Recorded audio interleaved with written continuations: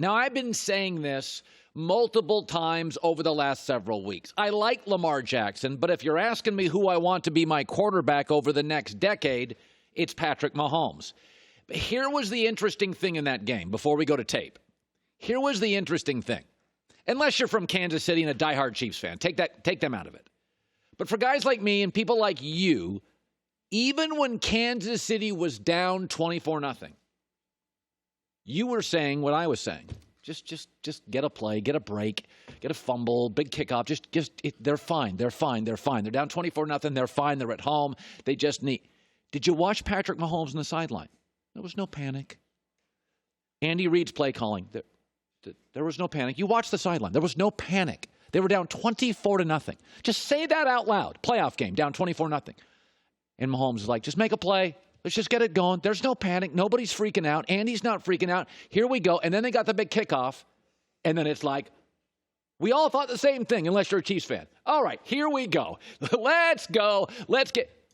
But when Baltimore trailed 21-6 in the second half at home, you could even see it a little bit with the Ravens coaching staff.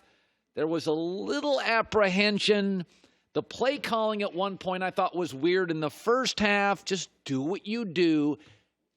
And that is because Mahomes is not somebody we'll ever figure out.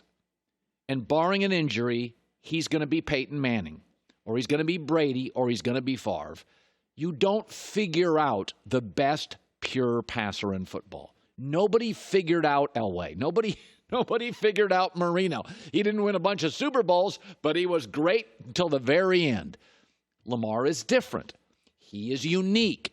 You have to build an offense that is run first, heavy tight end, get him a legitimate back, and that's not an offense. In fact, they went and got Greg Roman, who is a unique coordinator for their unique talent. Now, I'm not bailing on Lamar. He's going to win a bunch of games. But this is the reason I would choose Mahomes over Lamar. Not because of the weekend. Because if you look at Kansas City, they're a pass-first team. They're built to win from deficits. And if you play for 15 years in this league, some years you have terrible defenses. Remember when Tim Tebow was winning games? Everybody's like on Tebow, and I'm like, you guys do get that if you quarterback for 10 years, you're not going to get a defense like that Denver defense and Matt Prater kicking 60-yard field goals. You can win with Mark Sanchez in a great running game. You can win a lot of ways, but you better be able to win trailing 24-0. And there's only about 1 to 2 to 3 quarterbacks at a time in this league, maybe 2. Aaron Rodgers in his prime, Peyton Manning in his prime, Favre. This is why I think this is the choice for quarterback for the next 15 years. Kansas City is built to win a million ways. By the way, we've seen him win in snow. We've seen him win with a lead. We just saw him trail 24-0, and you never once, unless you're a Chiefs fan, you weren't freaking out. The play calling didn't change. The players didn't change. The game didn't change. And the minute they got the kickoff, you're like, okay, all right. They switch field position. Here we go. 2 plays later, score. Kansas City scored 7 touchdowns. No drive was longer than 3 minutes and 55 seconds. It's different, and it's the kind of offense I think that will last forever. I don't think in the offseason coordinators are saying, hey, we're going to figure this Mahomes guy out. I do think there are coordinators that look at Lamar and say, okay, let's get super athletic linebackers. At the point of attack, you have to get on him. Let's crowd the box. Let's make him throw over the top. I do think there are riddles to Baltimore that you can solve. Not every week, not every half, not every drive, not every game. But when I watched Kansas City coming back from 24-0, I thought it was not just the most important Kansas City win. It was an essential win for Patrick Mahomes to prove I'm the guy for the next 15 years. Because none of us felt different. 24-0.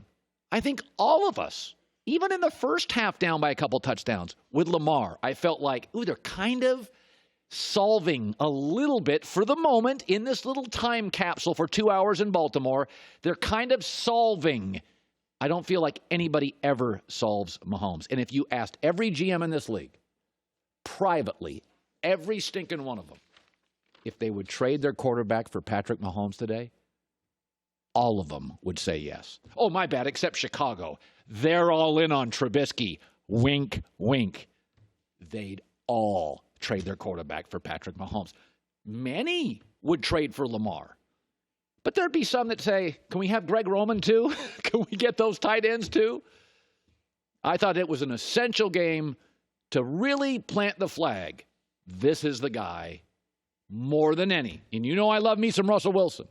You know I love me some Tom Brady. This is the guy for the next 15 years, barring any, really bad injury. All right, so let's move to Green Bay's win over Seattle. Now, let me just say this. I've not been a big Packers fan. I acknowledge they won their division. I acknowledge their seeding. And I will acknowledge they won the game. But you can get to a conference championship without being great. Blake Bortles got there in Jacksonville. Mark Sanchez got there with the Jets. A lousy Colts team got there with Andrew Luck. And the Vikings got there with Case Keenum. No, we know Aaron Rodgers is not Case Keenum. We know he's not Blake Bortles. But you can get to a conference championship in this league. If you win a division where two teams implode, Chicago and Detroit, when you're easily the best quarterback or healthiest quarterback in a division, the NFC North, when you get a home field bye, check, and then you play an injury-ravaged team off another road game, Seattle. I don't think Green Bay's great. I think they got things to work in their favor. I think Matt Stafford gets hurt. Trubisky gets exposed. Kirk Cousins is Kirk Cousins. What do they have? 3 first downs until the fourth quarter this weekend.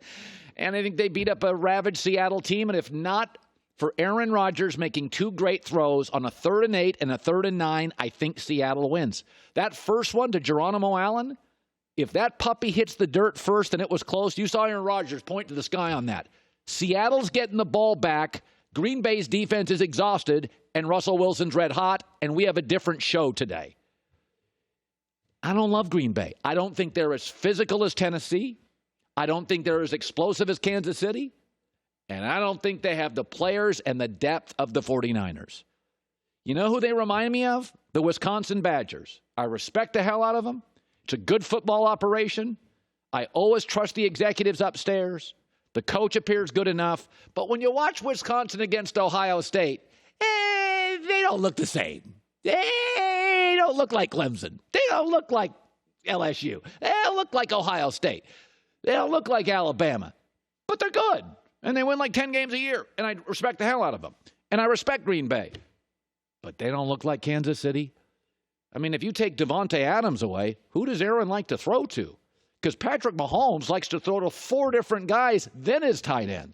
They don't look like San Francisco up front. D Ford now is healthy, and Quan Alexander, hard pass, don't want to face them. I think Aaron Rodgers, he's a smart guy. That's why you give him any shot, just their quarterback. And I think even he acknowledges we're 14-3. But if you look around at what's left, there's a big gap between getting to that conference championship and beating a San Francisco there and potentially beating a Kansas City in Miami. Nobody's disputing they won a division and they're in the conference championship.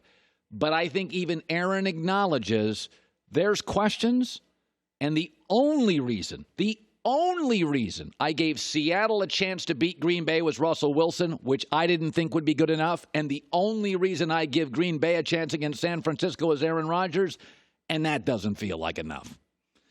Hi, everybody. Thanks for watching. Subscribe here to get the latest from the show.